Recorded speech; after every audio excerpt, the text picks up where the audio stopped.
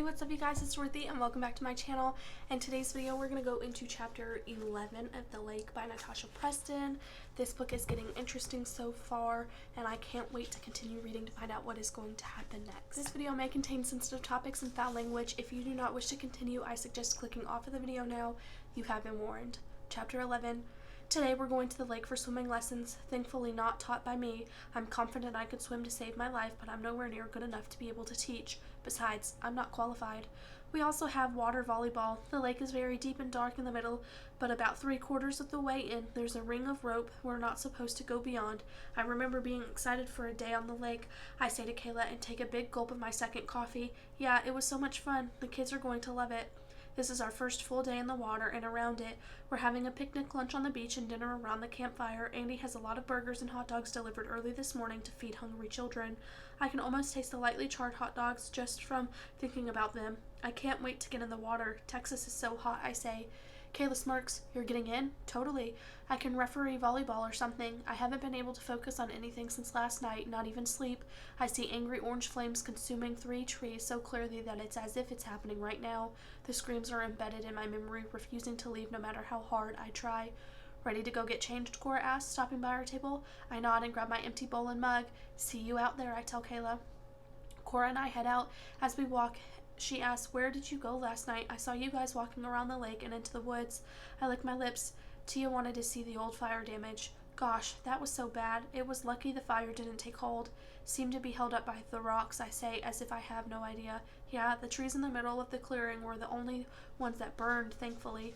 Cora knows a lot about this. My heart skips a beat. Were you here then? I don't remember her. No, I had a good look around when I first came as a CIT though. It's such a nice man-made campsite. Shame the dead trees ruin it.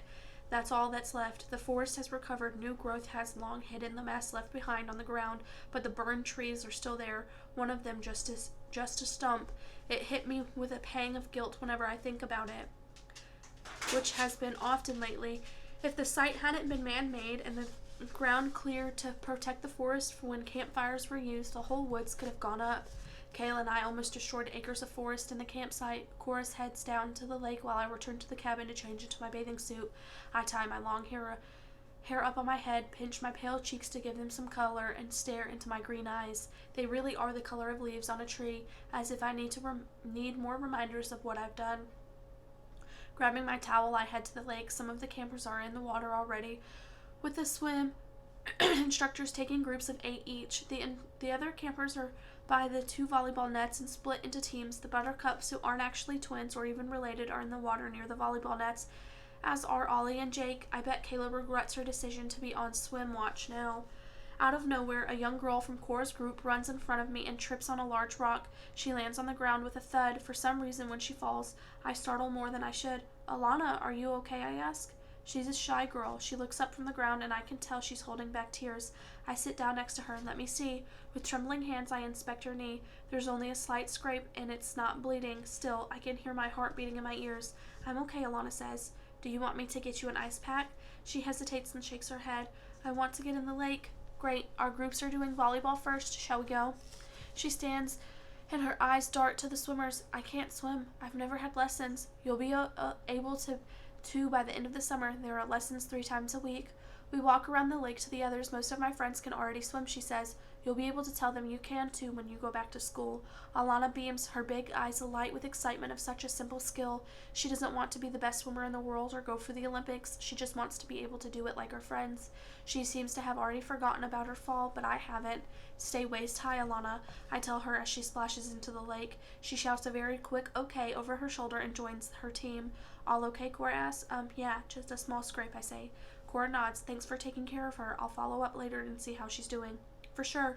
I barely hear Cora tell me she is going to check out the water. My mind is still elsewhere, back at the night of the fire, only now new memories are surfacing. They came to me the minute Alana hit the ground and have only grown clearer since Kayla and I had snuck out.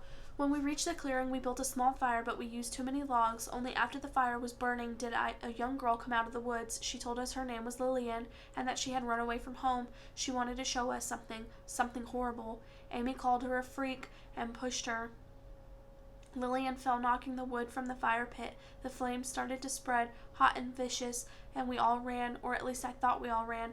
But now something nags at my mind. The image of Lillian sprawled on the ground. Did she run? And if she didn't, what happened to her? Where is Lillian now?